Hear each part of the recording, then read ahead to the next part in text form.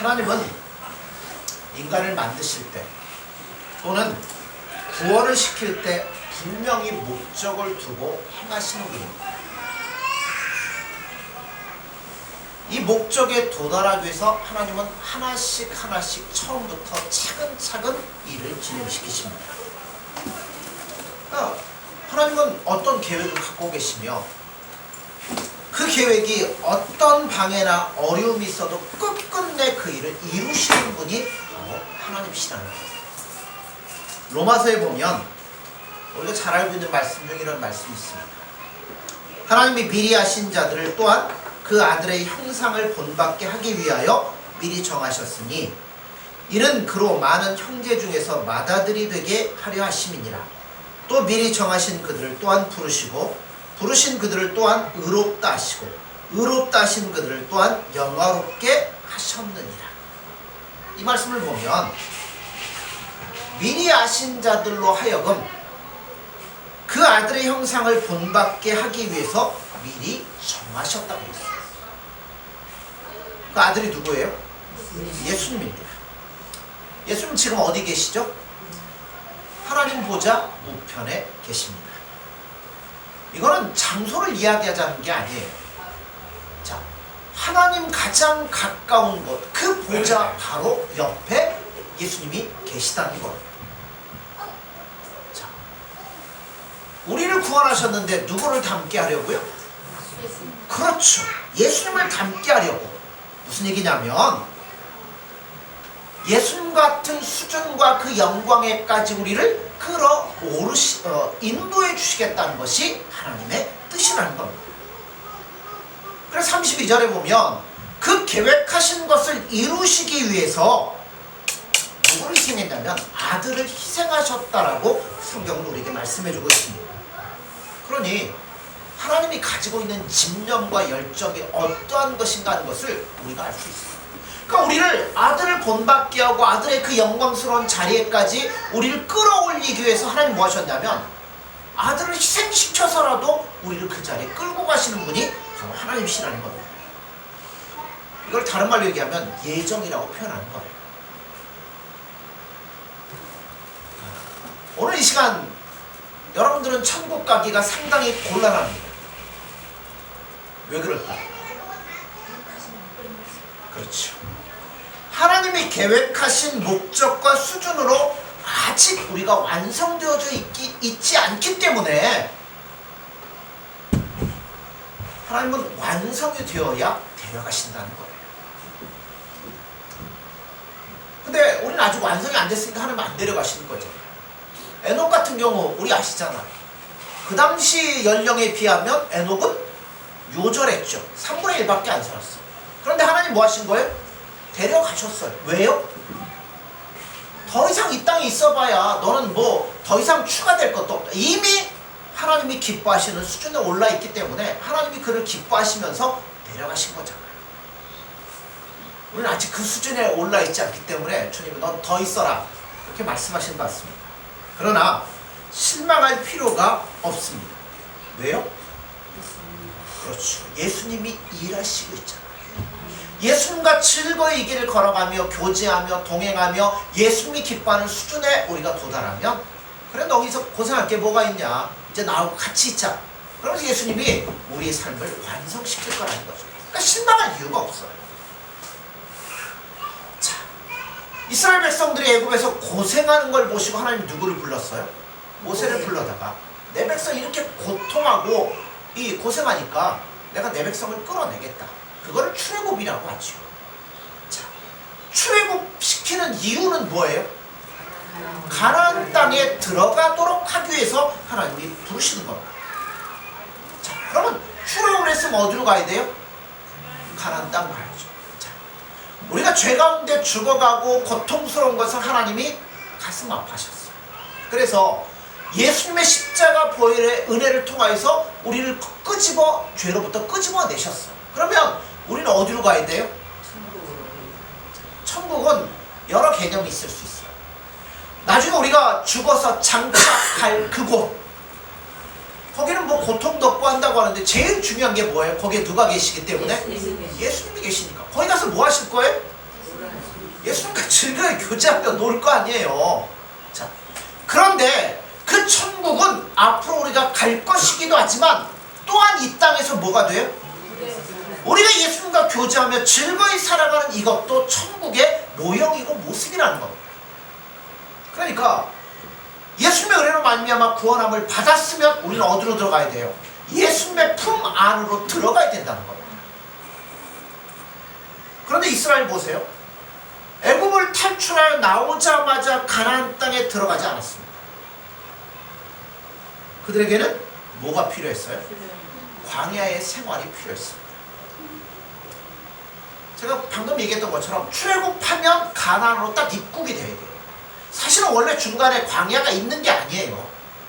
생각해 보세요. 내가 예수님 믿고 나면 내가 딴 데 가서 헤매다가 예수님 품으로 한 20년 뒤에 갑니까? 아니잖아요. 구원받으면 우리는 즉각 어디로 가는 거예요? 예수님의 품 안으로 가는 거예요. 비록 지금은 부족하고 모자라지만 예수님 바라보면서 그분과 사랑하며 교제하며 그분 품 안에서 지내는 거예요. 그러니까 출애굽 곧 가나안이라는 거죠. 구원 곧 예수님의 품 안이라는 거예요. 그런데 출애굽을 하면 무조건 가나안으로 들어가야 됩니다. 가나안은 천국이기도 하고 동시에 지금 예수님의 품 안을 이야기하기도 하는 것이기 때문에 그래요. 그래서 가나안은 우리가 들어갈 곳이며 동시에 또한 뭐 해야 되냐면 들어가기를 기다리는 곳이기도 합니다. 쉽게 얘기하면 우리는 천국 백성임에도 불구하고 천국에 들어가기 위해서 지금 뭐하고 있어요? 준비하고 연단받고 훈련받는 모습이라는 겁니다. 그러니까 어떻게 보면요, 이미 천국은 우리의 것이죠. 그러니까 늘 의인이라고 떳떳하게 고개를 들다가도 뭐예요? 나는 죄인이다라고 고개를 푹 숙일 수밖에 없는 게 지금의 우리의 현실입니다. 그럼 뭐 우리가 떳떳하게 살아서 의인이고 떳떳하게 살지 못해서 죄인이라는 차원의 이야기가 아니에요. 이미 예수님의 은혜로 말미암아 구원함을 받았으면 우리는 어디까지요? 예수님의 영광된 자리에까지 이미 보장을 받고 가고 있다는 거예요. 다만 예수님과 즐거이 그 길을 걸어가느냐 아니면 실컷 얻어맞고 울며 불며 그 길로 돌아가느냐 그 차이일 뿐이지 그 자리까지 예수님은 분명히 우리를 인도해 주실 거라는 겁니다.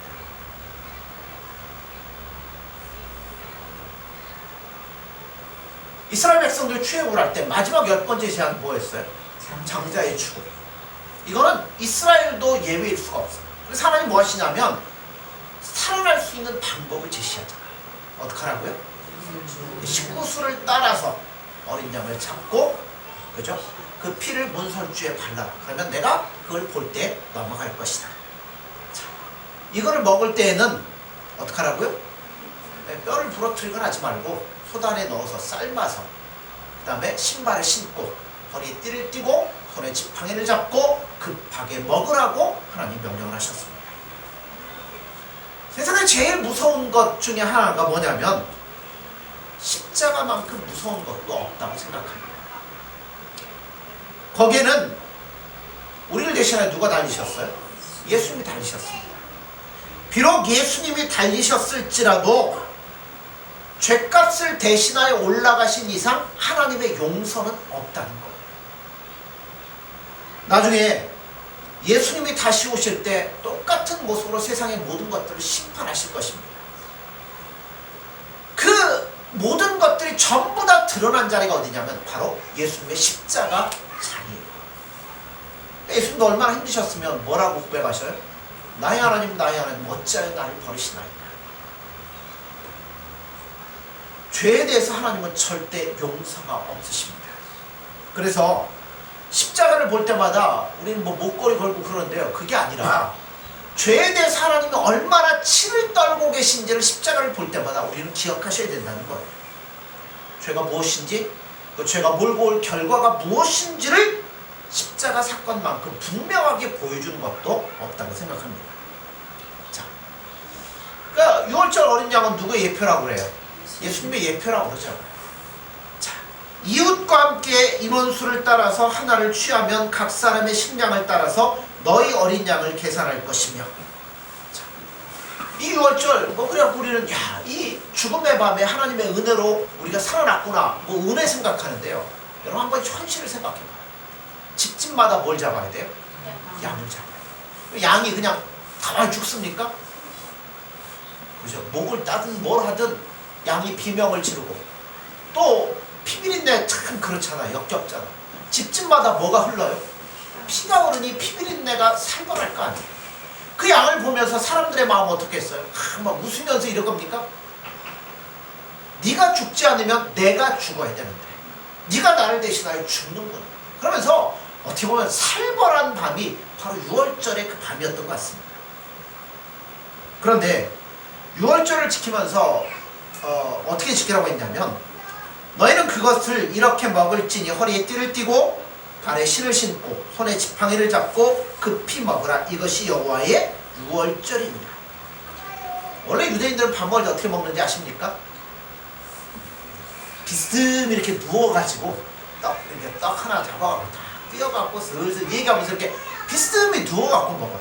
그러니까 식사할 때 오랜 시간이 걸립니다. 그런데 6월절 어린 양을 먹을 때는 어떻게 하라고요? 예, 띠를 띠고 신을 신은 채 지팡이를 짚고 서서 먹으라는 거예요. 왜요? 왜 그럴까요? 자, 다른 얘기도 많이 있을 수 있지만 이걸 생각해 보세요. 여러분 초등학교 때 운동회 하면 꼭 빠지지 않는 종목이 있죠. 달리기. 출발점에 어떻게 서요? 아마 나름대로 열심히 뛰려고 막 이렇게 허리를 굽히냐부터 땅에 손을 짚고 이렇게 하네. 뒷짐지고 이렇게 하는 사람 있습니까 거기서? 아무도 없죠. 신발끈을 매고 준비를 딱 하고 땅! 그럼 뭐 하는 거예요?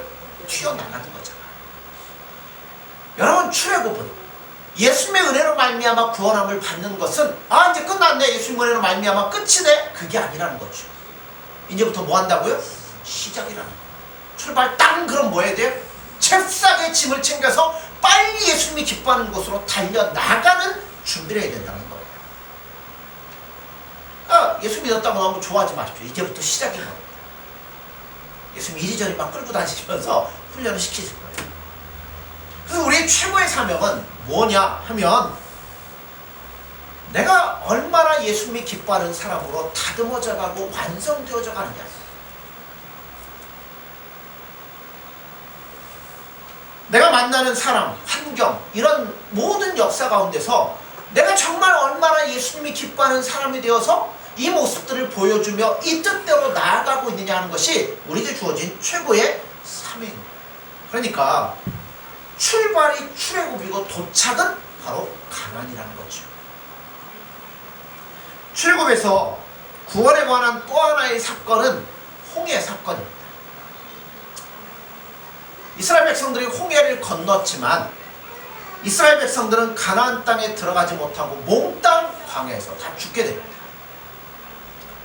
민수기 13장에 보면 모세가 가데스바네에서 12명의 정탐꾼을 뽑아가지고 40일 동안 너희가 가나안 땅을 정탐하고 와라.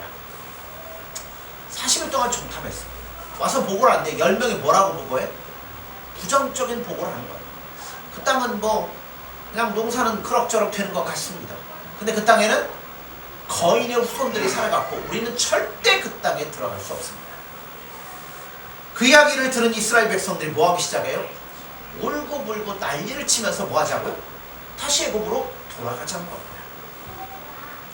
그때 하나님이 크게 진노하셔서 뭐 하셔요? 다 죽이시겠다고 했어요.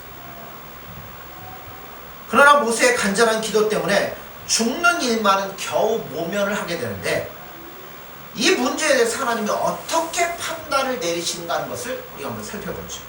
민수기 14장 20절에서 24절입니다.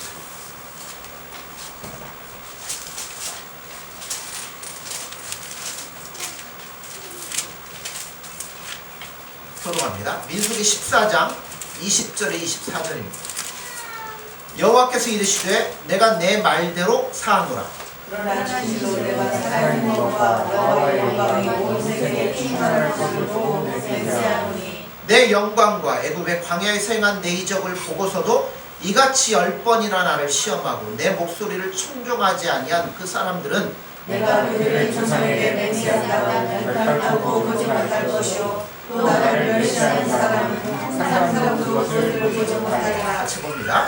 그러나 내 종 갈렙은 그 마음이 그들과 달라서 나를 온전히 따랐음즉 그가 갔던 땅으로 내가 그를 인도하여 드리니 그의 자손이 그 땅을 차지하리라. 아멘. 여기 보면 10번이나 나를 시험하고 내 목소리를 청종하지 않겠다고 했어요. 그래서 맹세한 땅을 결단코 보지 못할 것이며 들어가지 못한다고 했어요. 오직 누구만요? 예. 갈렙만큼은 내가 그 땅에 들어가겠다고 했어요. 자, 32절에 34절 보시죠. 교독합니다. 너희의 시체는 이 광야에 엎드려질 것이요 너희의 자녀는 너희의 가정할 죄를 주고 너희의 시체가 광야에서 소멸되기까지 40년을 광야에서 방황한 자가 되리라. 같이 봅니다. 너희는 그 땅을 정탐한 날수인 40의 하루를 1년으로 쳐서 그 40년간 너희의 죄악을 감당할지니 너희는 그제서야 내가 싫어하면 어떻게 되는지를 알리라 하셨다. 너희의 반역한 죄를 지고 너희의 시체가 광야에서 소멸될 때까지 40년 동안을 방어할 것이다. 그제서야 내가 싫어하면 어떻게 되는지 너희가 알게 될 것이라고 했어요. 자, 마지막으로 또 한번 보죠. 28절에서 30절. 교도합니다. 그들에게 이르기를 여호와의 말씀에 내 삶을 두고 맹세하노라. 너희 말이 내 귀에 들린 대로 내가 너희에게 행하리니 너희 시체가 이 광야에 엎드려질 것이라. 너희 중에서 20세 이상을 보고 예수의 자 온갖을 원망한 자 전부가 같이 봅니다. 여분의 아들 갈렙과 눈의 아들 여호수아 외에는 내가 맹세하여 너희에게 살게 하리라는 땅에 결단코 들어가지 못하리라. 20세 이상 되는 사람들 가운데 하나님의 말씀을 믿지 않은 연고로 인하여 여호수아와 갈렙을 제외하고는 아무도 가나안 땅에 들어가지 못하고 광야에서 다 죽게 됩니다. 자, 출애굽의 여정을 보면 홍해를 건너서 시나이 반도를 거쳐 시내산에 왔다가 12명의 정탐꾼을 보냈는데 그곳이 어디냐면 가데스 바네아예요. 그걸 정탐하고 와서 갑시다! 그럼 뭐 하면 돼요? 가나안 땅으로 바로 들어가는 거예요. 그런데 40년 후에 여호수아가 방황하면서 20세 이상 된 다 죽고 여호수아 갈렙만 남았어요. 그리고 밑에서 자랐던 그 아이들이 성장하여 들어가게 되는데 들어갈 때 이제는 이렇게 왔는데 광야하다가 이렇게 돌아가지고 사해와 그죠? 그 요단강 갈릴리 호수와 사해 사이를 흐르는 요단강을 건너서 다시금 가나안 땅으로 들어갑니다. 원래 가데스 바네아에서는 들어갈 그 강이 없어요. 바로 들어가면 돼요. 그런데 왜 40년 후에 가나안 땅에 들어갈 때는 이 길을 놔두고 돌아가지고 요단강을 건너갈까요?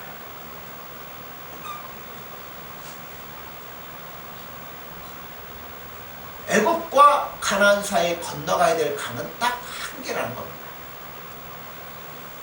광야에서 새롭게 태어난 신세대들은 그 강을 건넜지 않았기 때문에 뭐 하는 거예요?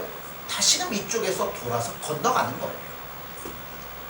이게 무슨 얘기냐면 이런 거예요. 자, 애굽을 나와서 출애굽을 하고 홍해를 건넜으면 이제는 뭐 한다고요? 홍해에서 우리는 뭐 했다고요? 다 죽고 새로운 사람으로 거듭났다는 의미예요. 그러니까 예수 믿고 예수님의 은혜로 말미암아 구원함을 받은 사람들은 다시금 예전의 삶으로 돌아갈 수가 없다는 거예요.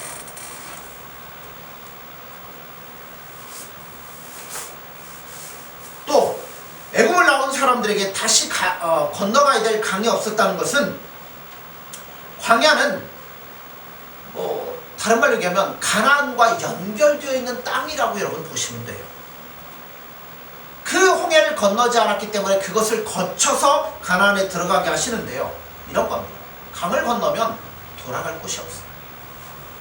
우리가 예수님의 은혜로 말미암아 구원함을 받았으면 다시금 돌아가면 안 돼요. 사탄에게서 빠져나오면 예수님의 품 안에는 갈 곳이 없다는 거예요. 그 곳이 예수님밖에 없는데 그 예수님께로 안 가면 우리가 어떻게 되냐면 광야에 헤맬 수밖에 없다는 것이 성경이 우리에게 가르쳐주는 사건입니다. 홍해를 건넜음에도 불구하고 가나안 땅에 들어가지 못하고 광야에서 죽을 수 있다는 뜻이 아니라 하나님의 은혜로 말미암아 구원함을 받았으면 이제는 예수님의 품밖에 없다는 거예요. 다른 데 갈 데가 없다는 거예요. 그래서 원래 있던 곳을 나오면 다른 장소일 수밖에 없다는 것을 증명하기 위해서 뭐가 등장하는 요단강이 등장. 여기 건너가면 이제는 다시 다른 건 없다. 예수님 품밖에 없다. 예수님이 인도해 주시는 삶밖에 없다. 그거를 가르쳐주는 의미예요. 아까도 또 이게 말씀드렸던 것처럼 애굽에서 꺼내는 건 어디에 넣기 위해서요? 가나안 땅에 넣기 위해서. 죄로부터 우리를 건져내는 것은 예수님과 교제하며 예수님의 품 안으로 우리를 인도하기 위한 것입니다. 홍해를 빠져나오고 가나안에 들어가지 않으면 할 일이 뭐가 있을까요? 가나안에 들어보내려고 홍해를 건넜는데 가나안에 안 들어가면 뭐 할 수밖에 없어요? 거기서 유리하다가 죽을 수밖에 없는 거죠. 그런데 여러분, 예수님, 우리가 구원함을 받고 예수님의 품 안으로 온전하게 들어가지 않는다고 해서 구원이 취소됐습니까? 이스라엘 백성들이 하나님의 은혜 전혀 안 줬나요? 40년 동안 뭐 먹고 살았어요? 누가 주는 거예요? 하나님이 주시는 거예요. 낮에와 밤에는 뭐가요? 구름 기둥과 불 기둥이 그들을 인도했어요. 의복은 헤어지지 않았고 발은 부르트지 않았습니다. 여러분, 애굽에서 탈출하고 홍해를 건넌 후에 그토록 애굽으로 돌아가자고 아우성을 쳤지만 돌아간 사람이 있습니까? 아무도 없어요. 하나님이 40년 동안 그렇게 하나님의 뜻대로 안 삶에도 불구하고 뭘 주셨어요? 은혜를 부어주셨습니다. 어떻게 보면 그것도 분명히 구원받은 백성들의 여로는 분명히 여로입니다. 그러나 그거는 진정한 의미의 가난이 아니잖아요. 그렇기 때문에 거기는 뭐가 없어요? 모험도 없고 기쁨도 없고 승리도 없고 아무것도 없어요. 그냥 산 것밖에 없어요. 그러니까 우리가 예수님으로 말미암아 구원함을 받고 나면 누구 안에 예수님 안에 온전히 들어가야 돼요. 그 예수님을 나의 주인으로 인정하고 그분을 의지하며 그분이 기뻐하는 뜻대로 살면 거기에는 뭐가 있어요? 기쁨도 있고 승리도 있고 영광도 있고 행복도 있는데 그렇게 예수님께로 우리가 집중하여 나아가지 않으면 우리는 어디서 헤매요? 광야에 헤매는 거예요. 물론 하나님 우리를 사랑하시니까 은혜를 부어주시겠죠. 그러나 거기에 기쁨이 있습니까? 승리가 있습니까? 뭐가 있겠어요? 아무것도 없는 거예요. 그래서 우리에게 중요한 일이 뭐냐면 애굽을 나와서 가나안에 들어가지 않으면 우리는 중간에서 미아가 되어버리고 말다. 근데 얼마나 많은 사람들이 이 자리를 안 가는지 몰라요. 출애굽기 12장에 보면 너희는 여호와께서 허락하신 대로 너희에게 주시는 땅에 이를 때 이 예식을 지킬 것이라. 이후에 너희의 자녀가 묻기를 이 예식이 무슨 뜻이냐거든 너희는 이르기를 여호와 유월절 제사라. 여호와께서 애굽 사람에게 재앙을 내리실 때 애굽에 있는 이스라엘 자손의 집을 넘으사 우리 집을 구원하셨느니라 하라. 하매 백성이 머리 숙여 경배하니라. 자, 이 유월절 예식 어디 가면 하라고요? 가나안 땅에 들어가거든 하라는 거예요. 그 얘기는 뭐예요? 원래 하나님의 계획에는 광야가 없었어요. 야, 너 이렇게 하고 구원받았으니까 불과 1년이면 1년 뒤에 지키는 거잖아요. 그러니까 1년 안에 뭐 하겠다는 거예요? 하나님이 가나안의 계획을 인도하시겠다는 거예요. 그런데 백성들의 죄와 허물로 말미암아 이것이 실패했다는 거죠. 아마 그들은 광야 생활 동안에 맨 뭐 했어요? 원망하고 불평했죠. 저도 우리 집사람이 음식을 해주는데 오늘도 김치찌개, 내일도 김치찌개, 모레도 김치찌개, 한 달만 김치찌개 해주면 제가 뭐라고 그러겠어요? 집 나가죠. 사 먹죠. 나가서 어떻게 그것만 먹겠어요. 그러니까 1년이 뭡니까? 몇 년 먹었어요? 40년 먹었잖아요. 그러니까 오죽했으면 뭐 했어요? 지지고 볶고 뭐 온갖 방법을 동원하고 다른 걸 찾아보려고 했잖아요. 그러니 이스라엘 백성들 그거 하면서 뭐 했겠어요? 입은 이만큼 나왔겠죠. 그러니까 고기 없다고 하나님 원망하잖아요. 불평하잖아요. 매일같이 똑같은 음식을 먹고 똑같은 현실 속에 사는 것이 아마 지긋지긋했을 겁니다. 그래서 맨날 어디가 좋았다고 후회를 해요? 애굽이 좋았다. 그런데 여러분 생각해 보세요. 기왕 비교를 할 거면 어디하고 비교해야 돼요? 왜 애굽하고 비교를 합니까? 예수님 안에 우리 안에 주어질 더 풍성한 것이 있는데 그거를 바라보며 비교를 해야 될 거 아니에요? 가나안 땅 뭐가 흐른다고 그래요? 젖과 꿀이 흐르는 가나안 땅이라고 하는데 그 땅과 비교했어야 된다는 거죠. 젖과 꿀이 흐르는 땅, 예수님의 품 아니에요.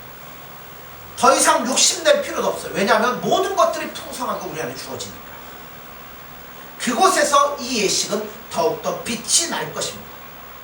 우리는 그 자리에 들어가야 돼요. 이제는 예수님의 은혜로 말미암아 우리가 출애굽했어요. 죄로부터 건짐을 받았잖아요. 그러면 광야에서 유리하고 필빌대지 맙시다. 어디로 가야 돼요? 예수님의 품 안으로 직행해야 돼요. 예수님 사랑합니다. 오직 예수님밖에 없습니다. 예수님이 간섭하시고 예수님이 인도해 주시고 예수님 우리의 삶에 베풀어 주시는 그 자리로 들어가야 된다는 거예요. 안 들어가면 어디밖에 없어요?